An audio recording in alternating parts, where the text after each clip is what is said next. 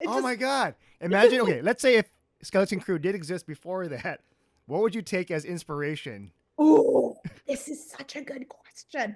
I think I would have felt freer faster to be as playful as I think I am. Nerd Reactor, roll out. So Andy, we got Andy Crocker here. You've worked on some big projects. You've worked with Universal. You've worked with Disney. You've worked on the Star Wars, the Star Cruiser, and Adult Swim, the Los Angeles Public Library, and now you're currently working on what is it? Mister and Mischief's like the just a smaller immersive theater project compared to like the other stuff. Am I correct? Well, you're all of those things are technically correct, though out of chronological order. So yeah, no, I that was like a dream where like everything was happening at once. Yeah, I've worked on some very, very large projects and some very, very small projects, and not in order chronological. The chronology does not correspond with size of Okay, project. okay, I okay, yeah. tend to like be doing, going back and forth between things that are for thousands of people at once and then things for like one person at a time. Yeah. Which is the, excitement of and the joy and the hell of this kind of work for sure. So it goes in waves for you. It's like just the scope and then the experience, the feeling. So I guess what my first question when I ask you is, what is there like a particular favorite of yours, or do you like just doing all these different types of projects because they're just so different? I definitely like variety. And I would say the the projects I love are the ones where um get to bring people together that may not uh when you're doing like traditional theater, there's like a very specific audience that is used to coming in and playing by those rules, or maybe theater is newer to them, but they kind of have a preconceived notion of how they might behave in that space. Cultural differences aside, lots of people behave differently in a theater. But I really like anything that puts kind of everyone on the same level of like, we're all learning how to experience this together at the same time. That's kind of my favorite thing, but also sometimes the most challenging because it's really hard to describe when you're to get people in the door. You're like, well, it's kind of like this, but it's also like this, and it's kind of a game, but it's not really a game. It's not an escape room, but you will work together. Like, ugh. But those tend to be my favorites. Oh yeah. And I guess right off the bat, because people love Star Wars, Nerd Reactor. We cover Star Wars, and so you worked on the Star Cruiser project, I sure did. and so I just want to know what that was like in terms of just having Disney bringing you on board, working on this project, and just like the scope of it all. Well, I will say that in some ways it was, a very wild journey to suddenly be going to space. But then in other ways, it was very much building off of all of the other previous projects I've done before, except it's with this IP that people really love. And I am not shy about saying, like, I was not a Star Wars nerd before I went to space. I watched the movies for the first time when I was 16. Like I was a late Star Wars bloomer. So I was not like it wasn't a part of my childhood, not because I don't like it, it just wasn't Well, part of that. 16 is a teenage year. It's not like it's like way later on. Yeah, Yes. no, but some folks are like, I remember, like like I'm a parent, and I know lots of parents that are like, when do I get to show my children Star Wars? It's like a big like when. And that was not how like. I was relatively a late Star Wars bloomer and then didn't watch like the full shebang. I did Machete Order for those that are curious. I didn't do that until I was prepping for this project. So I was not a Star Wars nerd, but I am an experiential nerd. So I was bringing the things I was super, super passionate about with experiential work, game design, interaction design and like human powered fun live moments and bringing that into the Star Wars IP and learning how to communicate between the two of them in a relatively short amount of time. So I don't pretend to be like the person who knows the most about Star Wars. That is not a competition I would even Yeah, enter there's a little bit. lot of Star Wars knowledge out there, and I'm pretty sure even the most hardcore Star Wars fan, there's still something that they won't know. Correct. It's a galaxy. I mean, it's Yeah. hubris to be like, I know the most about the galaxy. It's the galaxy.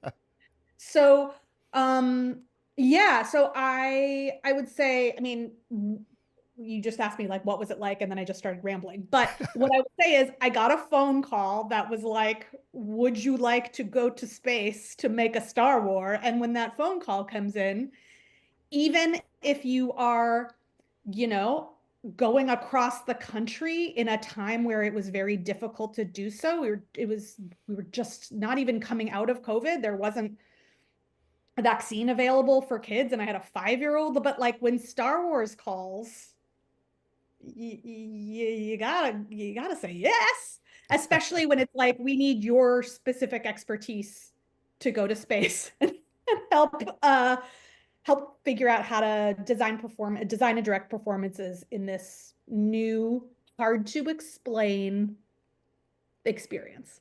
Oh yeah, and with your because you're the experiential, the immersive stuff, and what was that like? Let's say in terms of their mind, like, oh, Andy's good at this. We want her to try to bring this type of stuff. And so, where do you see yourself like? Oh yeah, I'm experiencing this part. I can make this happen. I mean, listen, I don't know what was going through their heads. I was not one to question it.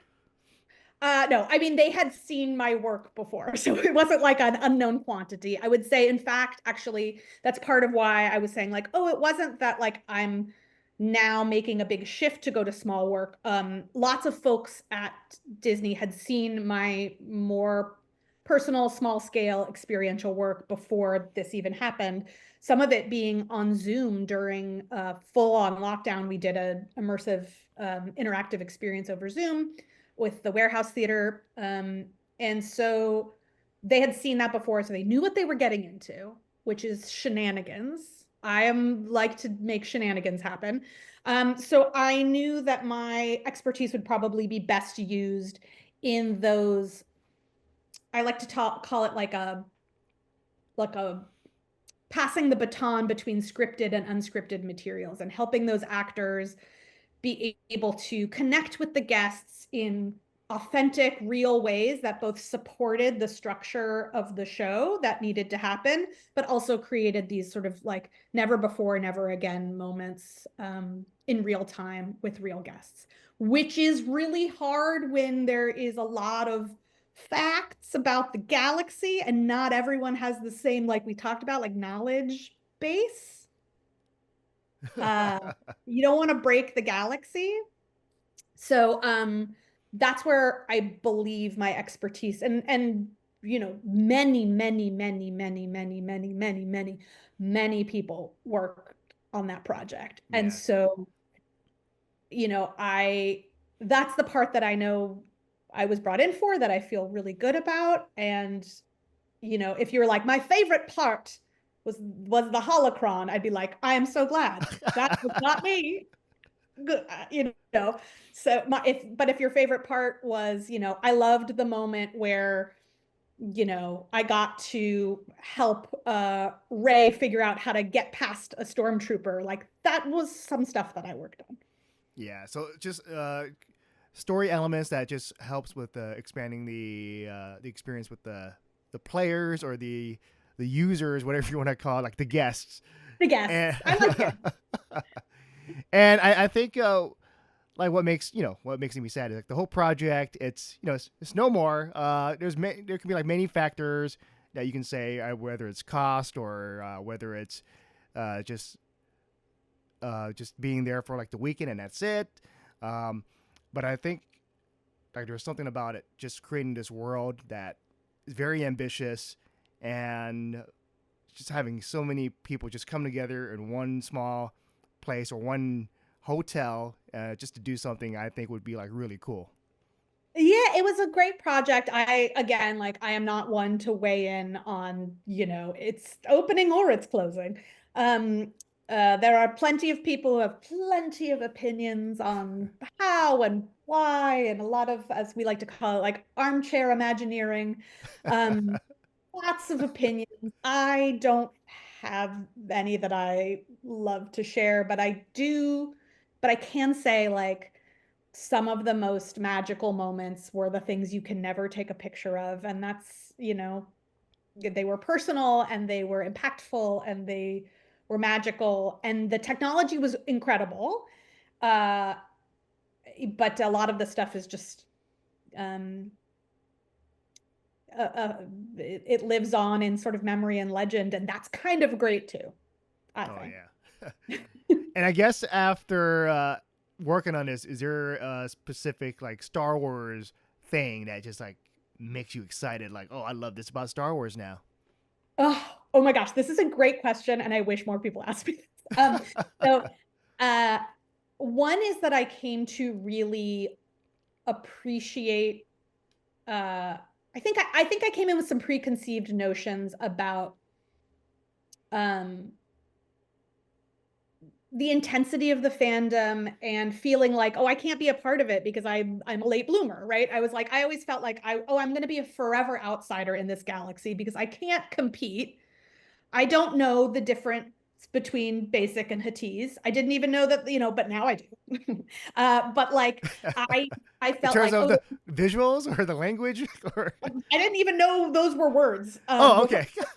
But like, yes, by sound I can tell the difference. No, I mean, I think I really had these preconceived notions of like I'll never, find my spot at the middle school lunch table that is Star Wars fandom. Um, and was just delighted at how excited people were to share why they loved it and be okay with the ways that I love it and find the middle ground. And like, sure, we would fight about like what order you should watch the movies in, but that's fun fights. Machete order for life, by the way. Um, uh, yeah, so that was one thing that I think I loved the knowledge sharing, and I felt like folks were also really like eager to embrace what I had to bring to the lunch table. Um, so I really loved that. In terms of like canon, I have some probably like, I don't know, unpopular opinions. Like Oh, I love, oh. no, I mean, I I don't want to know hear because it. I don't know. I don't have the weight of like having grown up with it. Like I really liked Solo. I really, Okay, I love, I enjoy Solo too. Like okay, it's a good. fun movie. Yeah. I like the ones that are more shenanigans based. Yeah. I like the humor, I like the romance, I like silliness and shenanigans and like fun turns of phrase. Um and I like and so it should come as no shock that I wish Skeleton Crew had existed before I went because Oh I no.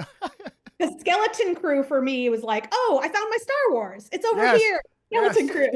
I found my Star Wars. Oh my God. It just Imagine, like, okay, let's say if Skeleton Crew did exist before that, what would you take as inspiration? oh, this is such a good question. I think I would have felt freer faster to be as playful as I think I am, right? I think if I had seen Skeleton Crew first or Skeleton Crew before I went to space, I probably it just opened my mind to that the galaxy can hold this playfulness in a really authentic way.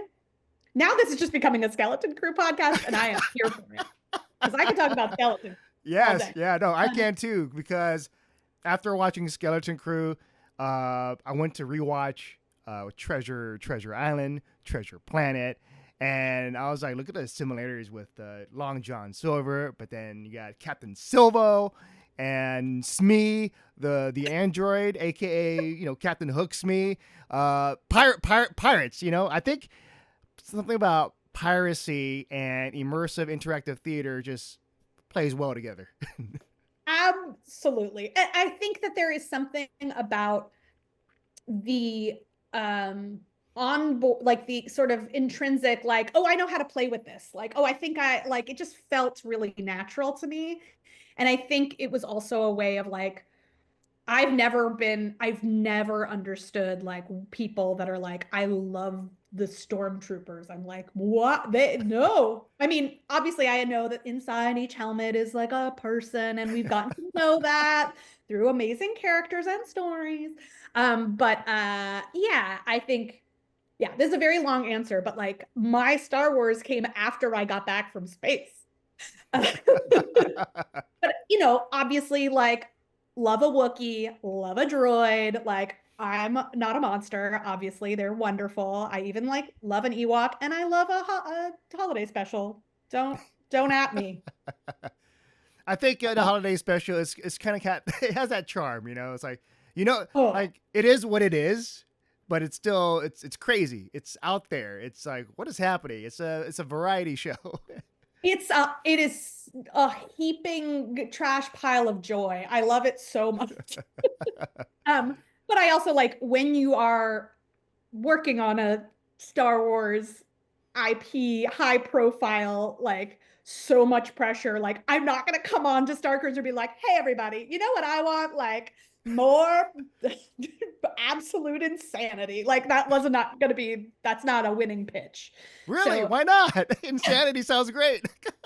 no, it's very like you will have to do right by it, right? Like you have to honor it. I really wanted, I wanted to come to it with, I'm a very irreverent person, but one cannot be irreverent with the Force unless you have some street cred. And I do not. I have theater cred and I can talk, so, this is very fun for me because we're talking about Star Wars without having, I don't feel like I'm going to get in trouble. Star Wars. Yeah. But, I do think that there's a certain reverence for things that other people love, whether it's Star Wars or, Tetris. I just feel like whatever other people love, you want to treat it with a certain amount of reverence, especially when you're building out the world. I felt a huge responsibility. But at the same time, when you're directing unscripted performance, you have to allow for some playfulness and allow for some flexibility in the performer for whatever the guest brings to you. So yeah, you want to be reverent, but flexible. Oh yeah. That's the case with anything where you're interacting, especially with how the guests would say certain things and try to adapt to that. And I think, that just creates a better user experience, guest experience.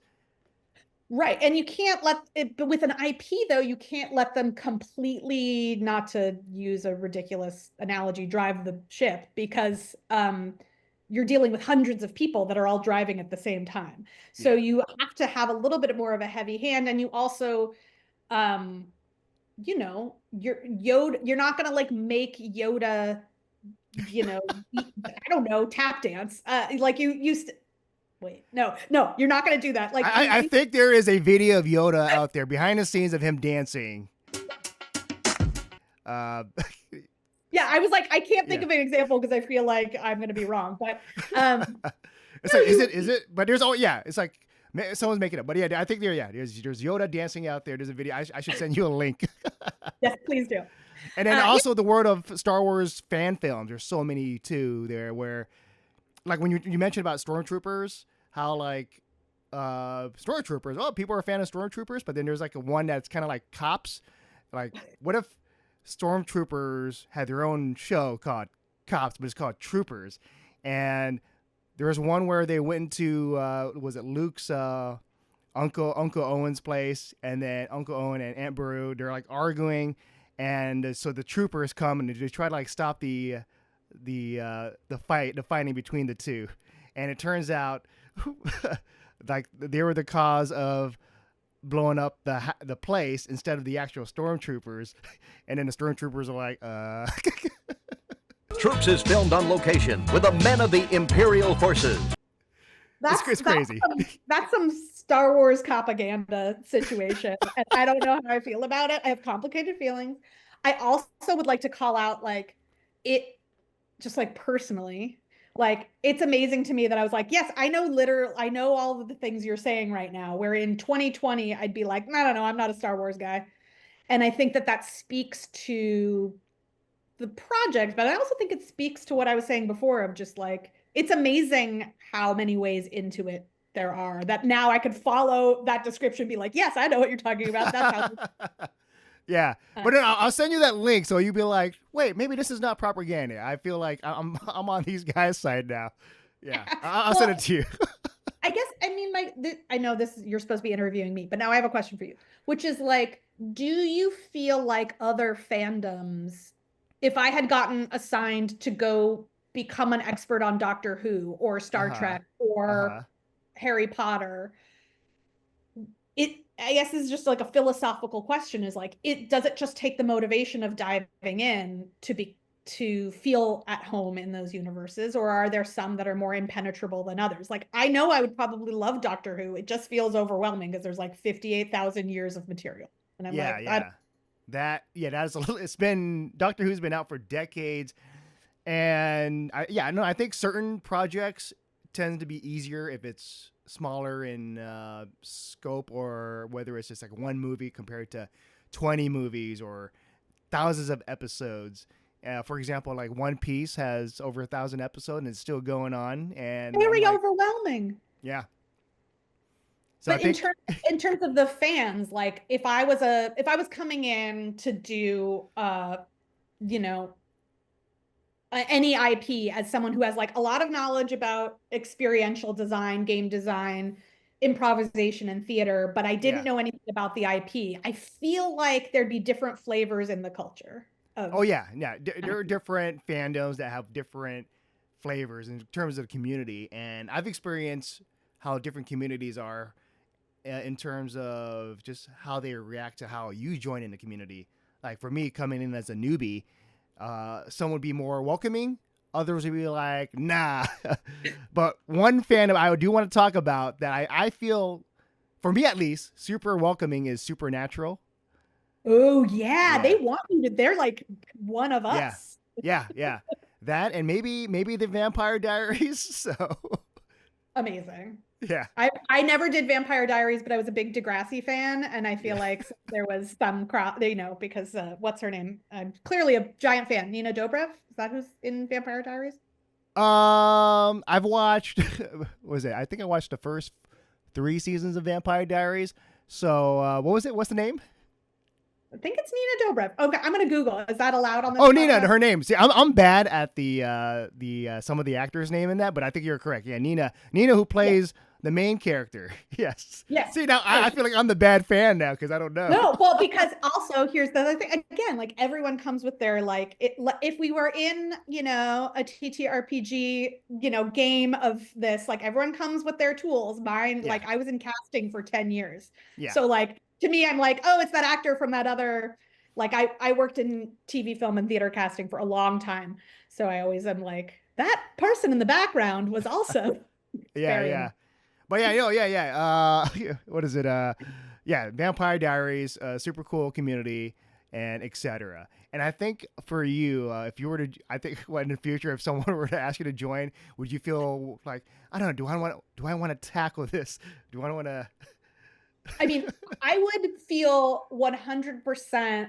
Well, no, nothing's 100%, but I would feel pretty confident if someone was like, anything that was like a teen soap or origin story focused thing, I'd be like, put me in, coach. I'm ready to go. Like I have enough tools, because that's just what I'm drawn to in general.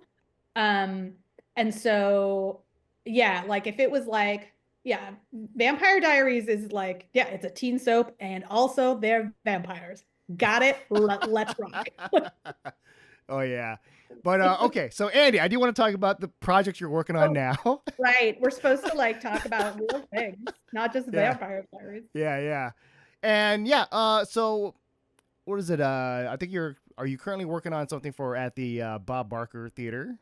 Bob Barker and Bob Baker, very different. Bob Baker, I keep forgetting. No, you are not alone. You are not alone, because both LA icons. You are not alone. Both LA icons. Yes, yes. Yes. So I'm working on two projects right now, actually. One is for the LA Public Library. Yes. I had a residency with them last year, but we actually have a upcoming event, though it might be over by the time this is reaching your ears. But we're doing a pop-up activation for something called Building Stories at Central Library at LAPL. It's gonna be really cool.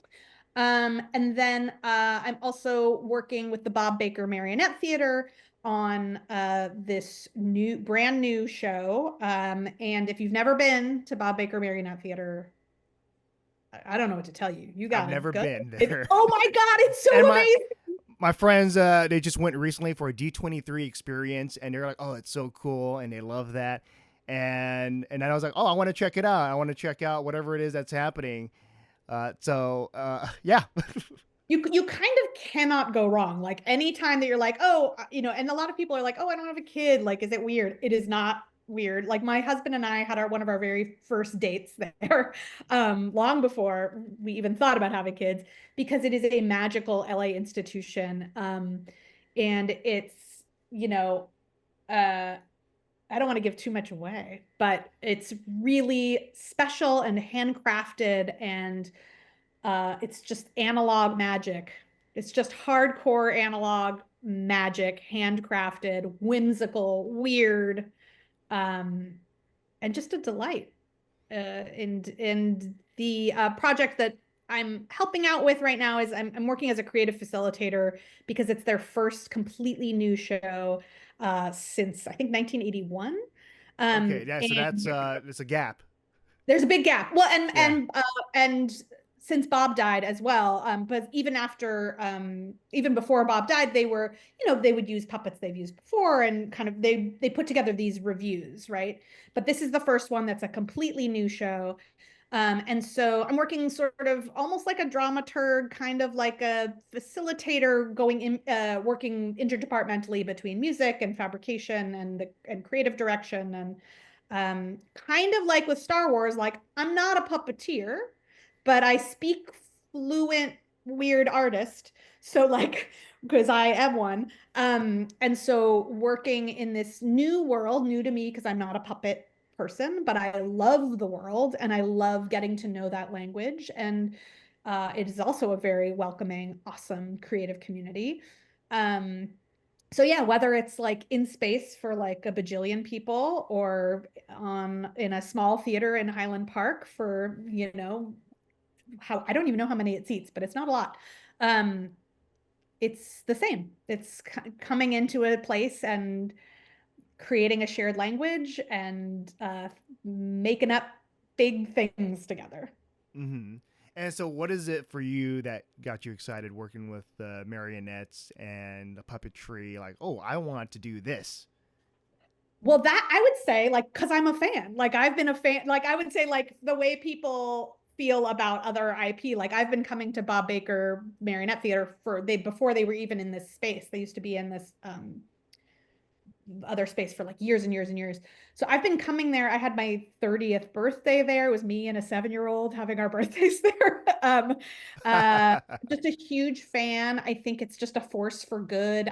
I've seen kids who love digital, like have iPads, have phones, whatever, you just in this completely screen-free environment, and they're just bewitched by the puppetry that is both simple and complicated and beautiful and so present and playful and just confident in its absurdity, which I find very identifiable. Oh yeah, and I think with you being in it, I feel like it's going to be magical, especially when people think of puppetry, they think of just behind a stage, and I think with you being there, it's going to be just it's immersive and Well, just coming out at you. but that is actually what Bob Baker Marionette Theater already does. So that was a Okay. very natural fit. So you can see the puppeteers, and so I actually came to get to work with them the first time in 2022. So it was post Starcruiser. Um, I was working for Cedar Fair doing their Tricks and Treats relaunch of their family friendly Halloween experience. I don't like the term family friendly. I don't know why I said it. All ages is what I meant to Um, and we had Bob Baker Marionette Theater create some walk around marionettes that were like, we were like, we want the epitome of fall. So like, what is the most autumnal little characters we can come up with? So it was this little squirrel that would tip his hat and there'd be an acorn underneath, and this little tree that was like very glamorous, kind of like almost a little drag queenie. She was incredible. And they would walk around as these delicate marionettes in a theme park environment, and people were respectful and enchanted. And it was our first sort of experiment in doing these like walk around marionettes. They've done, Bob Baker Marionette Theater has done it before, but in this theme park setting, it was really exciting. And so that's how that relationship formed, was taking the puppets out of the theater and into the world, which they've done, but this was its kind of own unique thing. And then when they were looking to do this kind of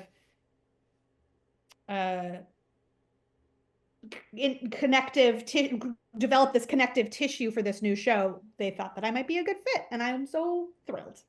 I love Oh yeah, and I guess with the stuff that you've learned from the Star Wars projects, and then this, you have like a like the ultimate idea, like in the future that you want to do. ultimate idea, like a project. Oh yeah, yeah, ultimate project, dream project. A puppet in every theme park. No, I don't. I mean, I not that I can share. No, I dream of continuing to make things that can only be experienced, that they're designed in a way that you just got to be there. And I dream of ways that we can make people say that are still accessible to as many people as possible. And when I talk about accessibility, of course, I talk about like, people of all abilities, but also of financial strata, and of accessibility of like narrative desires and ability to play in that world, and inviting you that you can come in knowing everything about it or nothing about it, and we're all going to have a good time together. That's really like, whatever it is, whether someone gives me a boatload of money and it's a branded IP, or whether someone gives me $2 and a cardboard box, like that's still going to be my desire regardless. Oh yeah, that's yeah. Just having people just come together and just experiencing just that interactivity. Yeah. Yeah, I love anything that makes strangers, uh, have a good time at the same time. That's, I mean, that sounded a little like naughtier. You know what? If it pays, I'll do it. Yeah, yeah, yeah. But yeah, because sometimes, just in general, like there's strangers, we or just people in general, we like to be in our little comfort zone, and with these type of experiences, it's like, all right, let's do something. Let's just interact with each other. Let's be cool with each other, be friendly, and just have a good time.